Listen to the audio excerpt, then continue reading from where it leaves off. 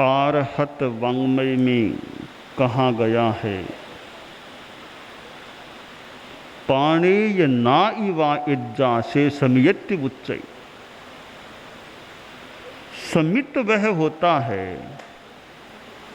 जो प्राणों का अतिपात न करे, हिंसा से बचे। जैन शासन में दो प्रकार का धर्म निरूपित है, एक अनगार धर्म, दूसरा अगार धर्म। एक गृह त्यागी का धर्म और एक गृहवासी का धर्म।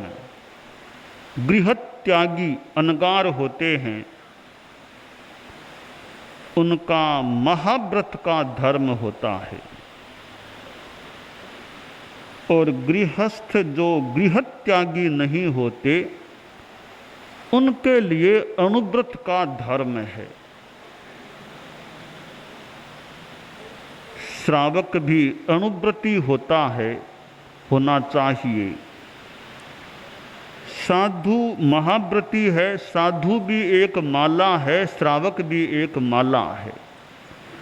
और रत्नों की माला आचार्य भिक्षु ने बताया, साधन श्रावक रत्नारी माला, एक मोटी दूजी नानी रे, गुण गुंथा चारों तीरथ नाम, एक बरत रह गई कानी रे, चतुर विचार करीन। हे चतुर मनुष्यों, विचार करके देखो कि साधु और श्रावक दोनों रत्नों की मालाएं हैं। एक मोटी माला है, दूसरी छोटी माला है। साधु मोटी माला, श्रावक छोटी माला है। तो माला श्रावक भी है, वह गुणों के आधार पर है, अव्रत के आधार पर नहीं। जो व्रत है उसके आधार पर श्रावक भी रत्नों की माला है, छोटी माला है। परंपरागत जैन शासन में श्रावक होते हैं, और श्रावक के लिए 12 व्रतों का विधान है। 12 व्रती श्रावक। अनेक लोग श्रावक के 12 व्रतों को अंगीकार करते हैं, कई लोग नहीं भी करते हैं, क्योंकि संयम की साधना करनी होती है 12 व्रतों में, और थोड़ा मनोबल जाग जाए, वैराग्य जाग जाए तो 12 व्रतों को अच्छी तरह स्वीकार किया जा सकता है। प्रेरणा देते हुए कहा गया, श्रावक व्रत धाम, क्षणिक विषय सुख खातिर, आतुर मानव भव मत हारो रे, श्रावक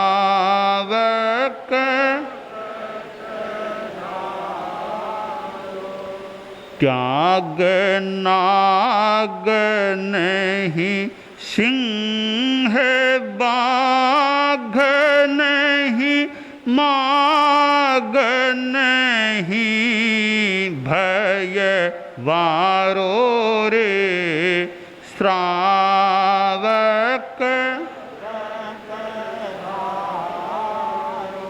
क्षणिक विषय सुख खातिर, आतुर मानव व्रत हारो रे श्रावक।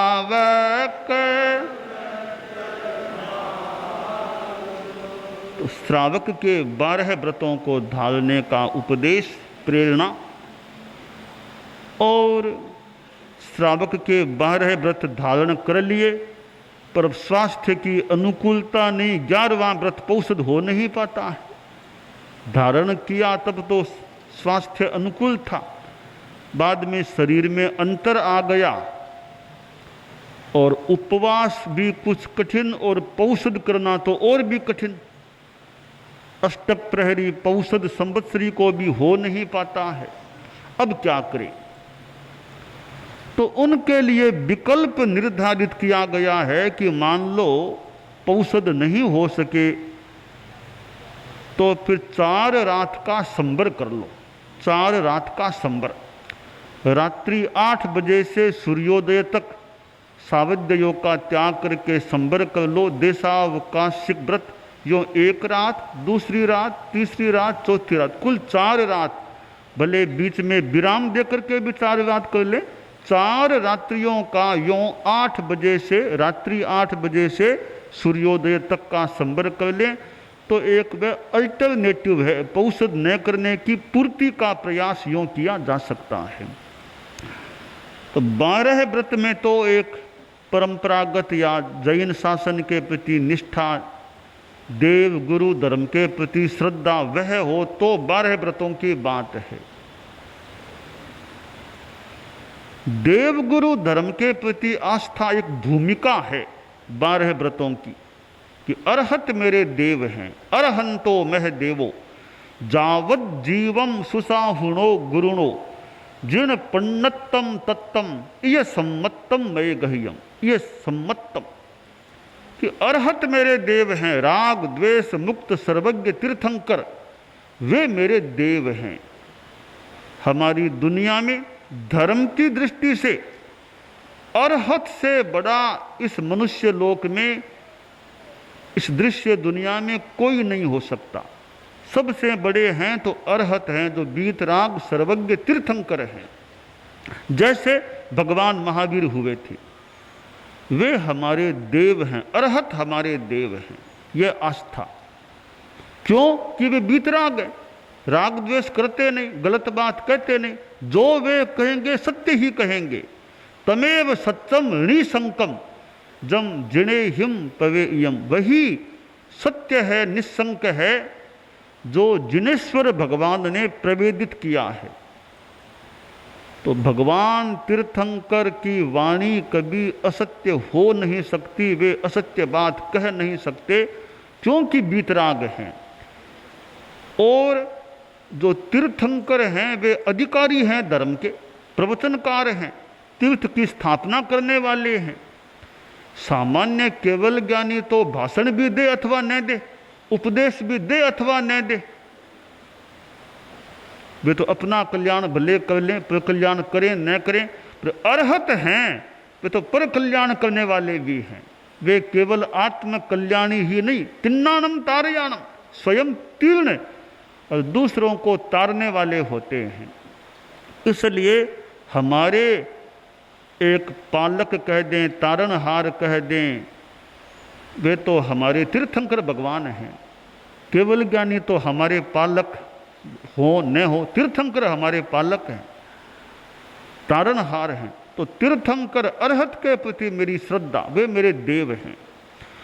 और शुद्ध साधु मेरे गुरु हैं, शुद्ध साधु, महाव्रतों की पालना करने वाले, चारित्र की आराधना करने वाले, सम्यक दर्शन सम्यक ज्ञान से संपन्न, और प्रतीक के रूप में वर्तमान आचार्य धर्माचार्य मेरे गुरु हैं। और तेरा पंथ में तो एक गुरु, एक आचार्य के बाद जो आचार्य हैं वर्तमान में, वे हमारे गुरु हैं। कोई यह कह दे कि मैंने तो 9वें गुरु से गुरु धारणा ली थी, मेरे गुरु तो आचार्य तुलसी थे। अच्छी बात है, गुरुदेव तुलसी से गुरु धारणा ली है, उनके महाप्रयाण के बाद आचार्य महाप्रज्ञ जी आपके गुरु, अपने आप ही गुरु हो गए ऑटोमेटिकली। एक आचार्य के बाद जो नए आचार्य विराजमान हो पट्ट पर, वे फिर ऑटोमेटिकली गुरु बन जाते हैं। और आचार्य महाप्रज्ञ जी के पास गुरु धारणा ली या उनसे पहले भी ली तो उनके बाद में जो आचार्य हैं वे आपके गुरु हो गए। तो वर्तमान में जो आचार्य हैं, स्थापित आचार्य हैं, वे धर्म गुरु धर्माचार्य हो जाते हैं। तो वे शुद्ध साधु मेरे गुरु। शुद्ध साधु के नाम में एक नाम वर्तमान आचार्य का, वो वे अधिकृत हैं। और मेरा तत्व क्या है? जिन पन्नतम, जिनेश्वर भगवान के द्वारा प्रज्ञप्त बताया गया तत्व मेरा तत्व है, मेरा धर्म है।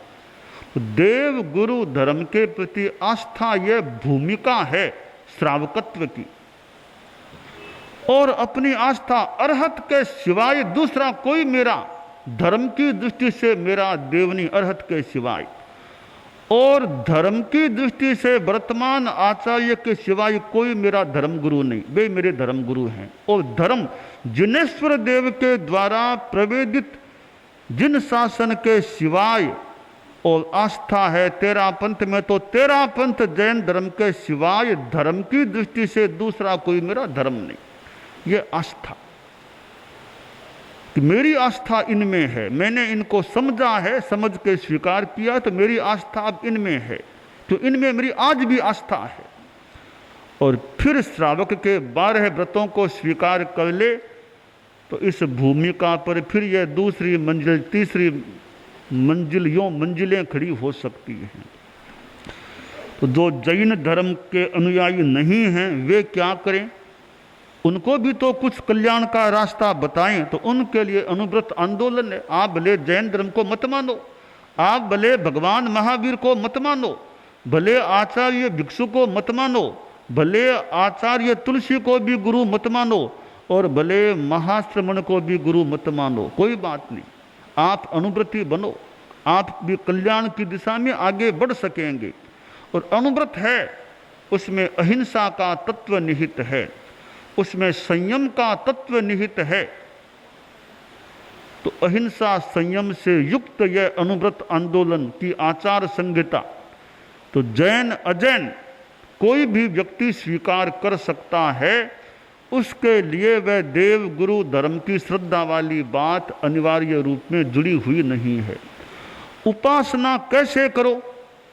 आप साष्टांग बंधन करते हो या पंचांग प्रणति पूर्वक बंधन करते हो, इससे कोई मतलब नहीं। आप कौन सी विधि से वंदना करते हो, आप किसकी उपासना करते हो, किस संप्रदाय को मानते हो, किसको अपना देव मानते हो, इससे कोई मतलब नहीं अनुभूत को। बस आप आचरणों में धर्म को रखो, अहिंसा संयम का पालन करो, 11 व्रतों की आराधना करो, यह हमारी शर्त है। बाकी आप किस रूप में उपासना पूजा करो मत करो, हमें मतलब नहीं। कोई यह कह दे मैं तो किसी को नहीं मानता, किसी धर्म को नहीं मानता, किसी संप्रदाय को नहीं मानता, मैं तो नास्तिक आदमी हूँ, मेरे लिए क्या कहोगे?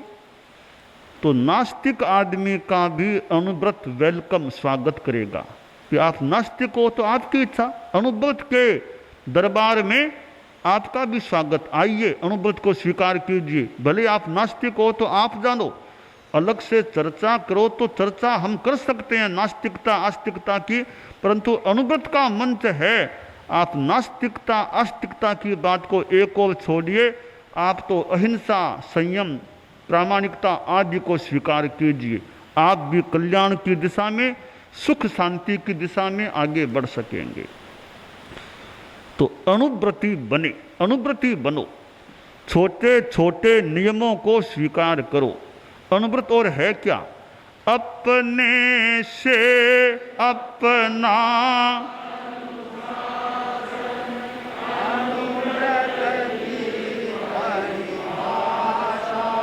अपने से अपना अनुशासन अनुव्रत की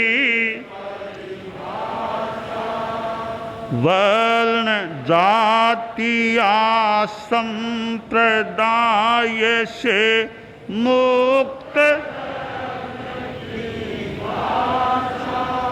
छोटे छोटे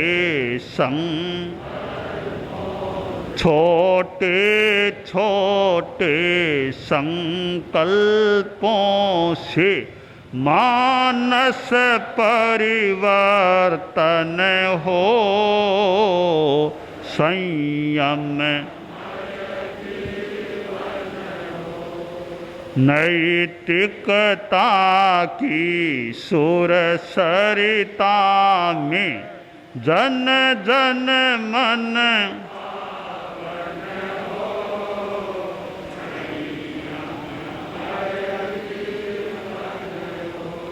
मैत्री भाव हमारा सबसे प्रतिदिन समता सह अस्तित्व समन्वय नीति शुद्ध साध्य के लिए नियोजित मात्र शुद्ध साधन हो संयम नैतिकता की सुर सरिता में जन जन मन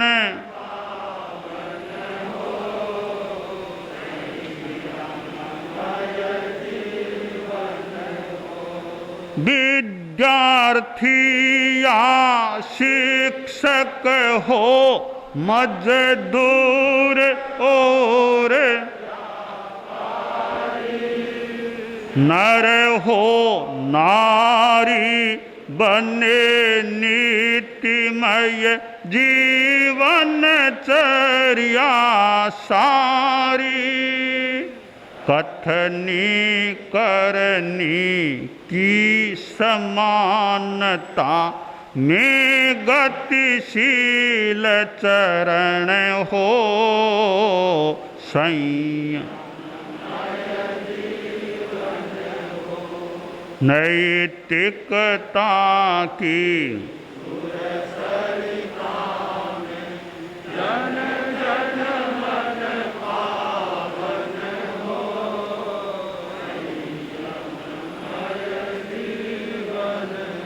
प्रभु बन कर के ही हम प्रभु की पूजा कर सकते हैं प्रामाणिक बन कर ही संकट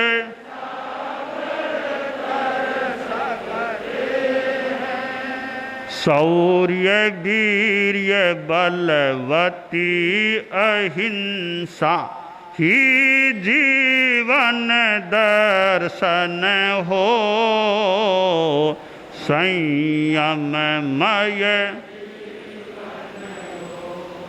नैतिकता की सुर सरिता में जन जन मन पावन हो संयम सुधरे व्यक्ति समाज व्यक्ति से राष्ट्र स्वयं सुधरेगा तुलसी अणुव्रत सिंहनाद सारे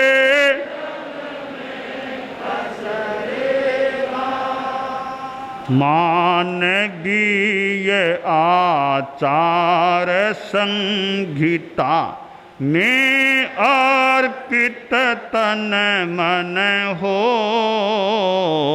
संयममय नैतिकता की सुर सरिता में जन जन मन पावन हो संयममय